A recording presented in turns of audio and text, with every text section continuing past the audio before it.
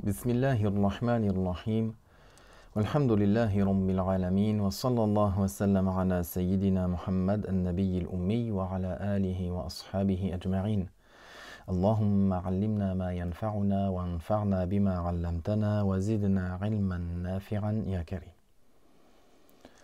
أما بعد فنكمل في دروسنا من كتاب نور الإيضاح ونجاة الأرواح للشيخ الشرنبلالي رحمه الله تعالى. Nous continuons de notre cours à partir du livre Nur al-Idah wa Najat al-Arwah du Cheikh Ashurunbulali rahimahullah ta'ala. فوصلنا إلى أوقات الصلاة المفروضة. Nous sommes arrivés au temps des prières fard. قال والأوقات خمسة. وقت الصبح من طلوع الفجر الصادق إلى قبيل طلوع الشمس. Le Cheikh Ashurunbulali rahimahullah mentionne que les prières fard sont au nombre de 5. La prière du Subuh, qu'on appelle aussi la prière du Fajr. La prière du Subuh commence à l'apparition de l'aube véritable et dure jusqu'au coucher du soleil. Ici, il cite l'aube véritable parce qu'il y a deux aubes. Il y a l'aube qui est véritable et l'aube qui est mensongère. L'aube mensongère, elle apparaît peu de temps avant l'aube véritable. Elle n'est pas tout le temps visible, mais elle apparaît de manière verticale. Puis, elle disparaît, elle se dissout, comme si elle se dissout.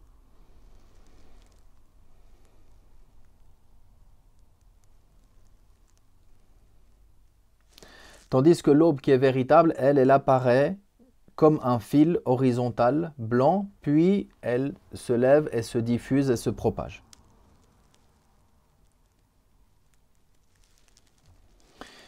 Entre les deux temps, c'est-à-dire c'est pas tout le temps que cette aube mensongère est visible, mais lorsqu'elle peut être observée, il y a entre les deux temps, entre l'aube mensongère et l'aube véritable, il y a 3 degrés, 3 darajat.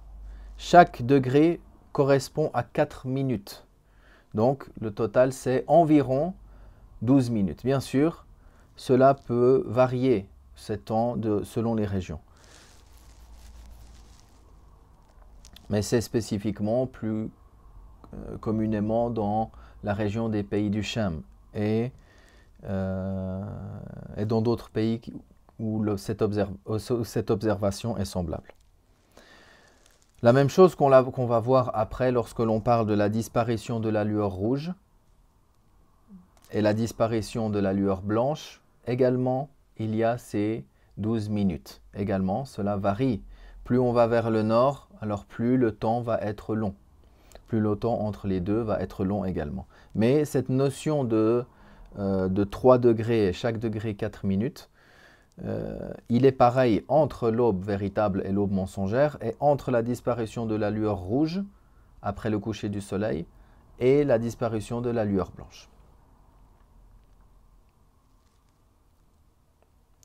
Également, le cheikh ici, comme d'autres shuyukh hanafites, commence par citer le temps du Fajr.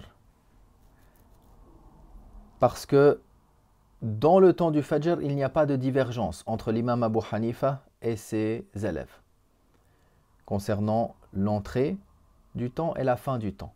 De même, l'entrée du temps de Dhuhr, il n'y a pas de divergence, mais il y aura une divergence que l'on va voir concernant la fin du temps de Dhuhr et le début du temps du Asr, tout comme il y a également une divergence entre la fin du temps du Maghrib et le début du temps du Isha selon entre l'imam Abu Hanifa et ses deux compagnons rahimahumullah.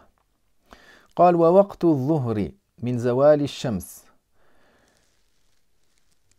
L'entrée de Dhuhr, le début du temps de Dhuhr commence lorsque le soleil décline du milieu du ciel.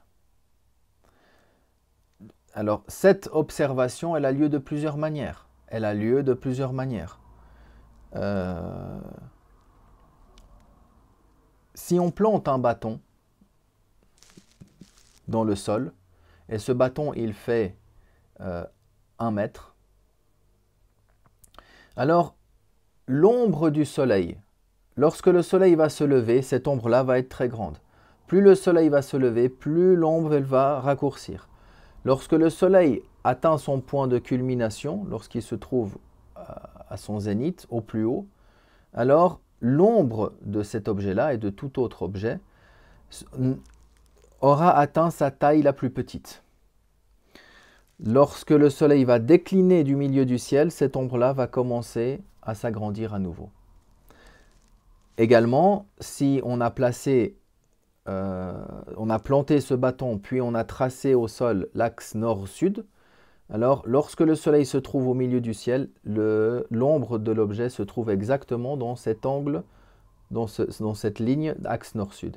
Dès lors que l'ombre de l'objet décale de cet axe nord-sud, alors également, on aura l'information que le temps est rentré. Ça, c'est d'une manière très précise.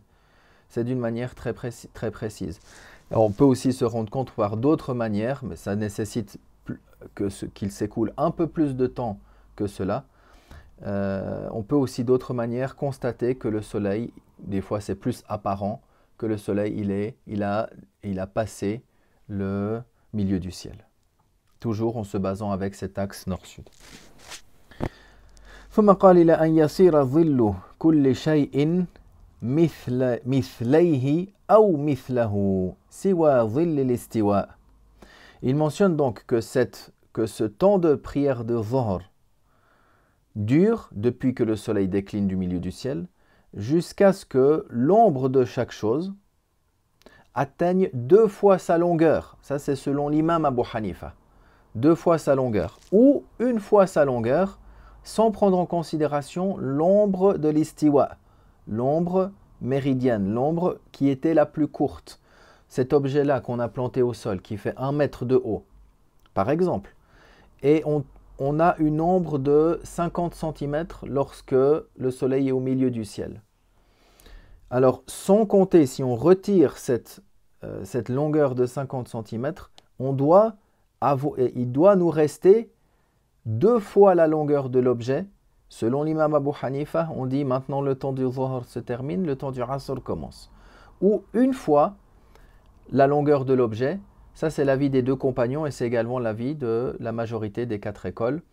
L'avis de l'imam Ahmad, de l'imam Shafi'i, de l'imam Malik, qu'Allah leur fasse miséricorde.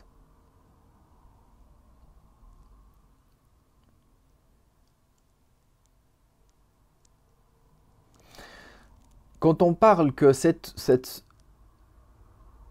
ombre atteigne la hauteur de l'objet avec l'ombre méridienne, bien sûr, parce que si on enlève l'ombre méridienne, il faut qu'il reste cette longueur de l'objet. Ça, c'est l'avis des 2 compagnons, mais c'est également une des narrations qui est rapportée d'après l'imam Abu Hanifa.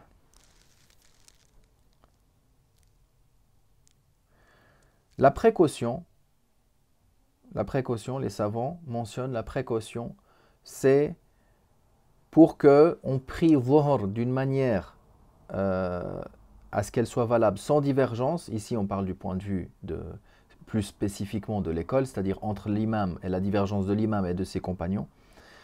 C'est de ne pas retarder le Dhuhr jusqu'à ce que l'ombre atteigne, ou l'ombre soit égale à la taille de l'objet, bien sûr en ayant pris en considération cette ombre du zénith, de ne pas retarder le Dhuhr après ça, et de ne pas prier Al-Asr avant que l'ombre n'atteigne 2 fois la longueur de l'objet. Ainsi, elle sera valable chez tous, c'est-à-dire chez l'imam Abu Hanifa et également chez ses 2 élèves. واختار الثاني الطحاوي وهو قول الصاحبين. Et ce deuxième avis-là, c'est-à-dire la longueur de l'objet uniquement, comme l'a dit Shafi'i Malik et l'imam Ahmad, C'est l'avis qu'a choisi l'imam al-Tahawi, rahimahullah, et c'est l'avis, comme on l'a mentionné, des deux compagnons. ووقت العصر من ابتداء الزيادة على المثل أو على المثلين إلى غروب الشمس. Le temps du Asr commence ou débute dès lors qu'il a à peine ajouté, bien sûr le temps il est, ici c'est très technique, le temps il est très difficilement estimable, c'est-à-dire c'est tout de suite après, il n'y a pas un temps d'arrêt, le soleil continue son tracé. Depuis le début, le temps du Asr débute dès lors que cette ombre-là, qui a atteint l'ombre de l'objet, dès lors qu'elle a augmenté, ne serait-ce qu'un tout petit peu, ou la taille de 2 fois l'objet, selon l'avis de l'imam, jusqu'au coucher du soleil.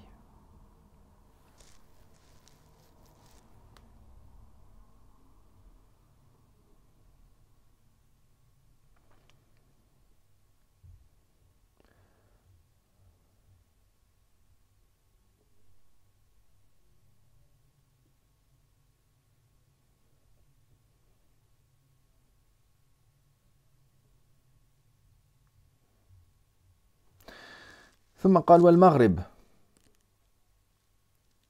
منه إلى غروب الشفق الأحمر على المفتى به.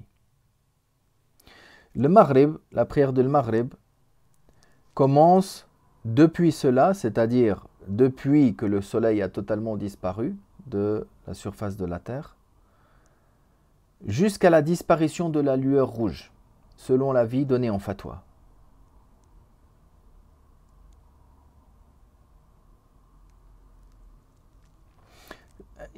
Cette divergence ici, elle n'est pas uniquement entre la lueur rouge et la lueur blanche, elle n'est pas uniquement entre l'imam et ses deux compagnons.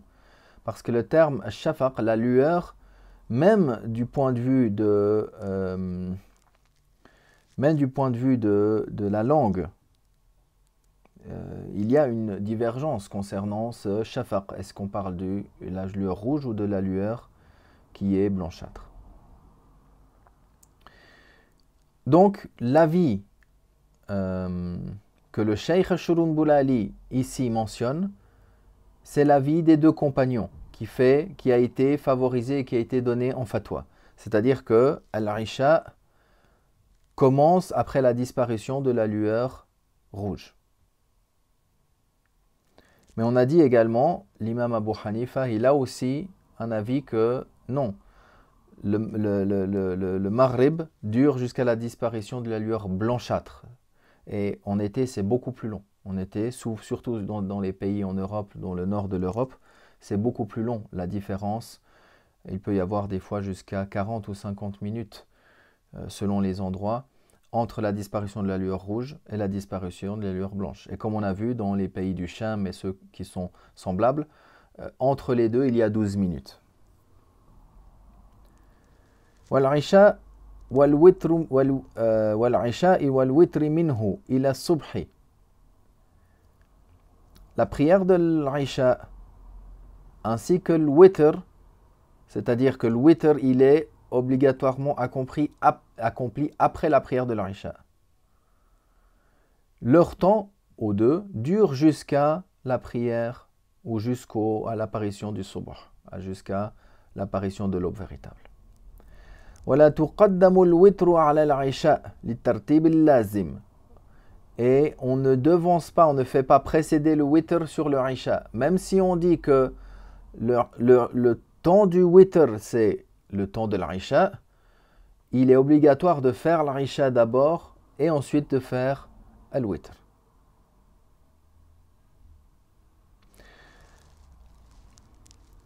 Ensuite, ثم قال ومن لم يجد وقتها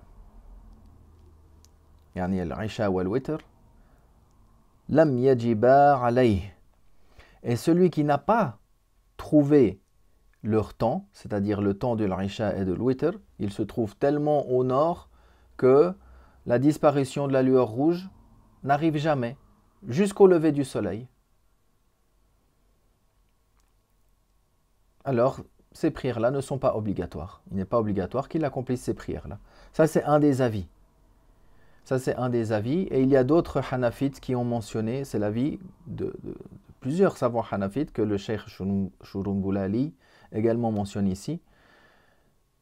On a vu avant que asbabuha awqatuha, la condition qui fait que les prières sont obligatoires, c'est l'entrée de leur temps, c'est-à-dire la condition apparente. Donc dès lors qu'il n'y a pas la disparition de la lueur rouge, dès lors il n'y a pas l'entrée du temps de l'Isha, et également de l'Witr qui est accompli dans l'Isha, alors ces prières-là ne sont pas obligatoires, ne sont pas fard, ne sont pas obligatoires sur la personne.